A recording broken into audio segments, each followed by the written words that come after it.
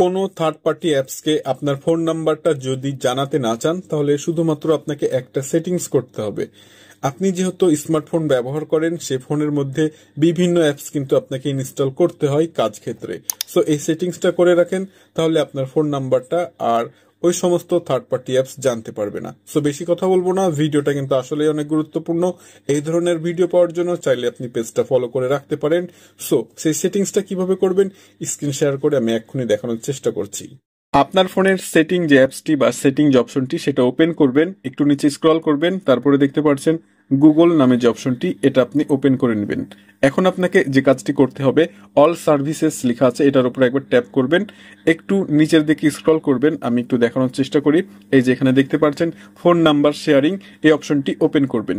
একটু ভালো করে লক্ষ্য করে দেখেন, এখানে লেখা আছে allow Google to show you a screen that list you choose a phone number to share when a third party apps request your phone number.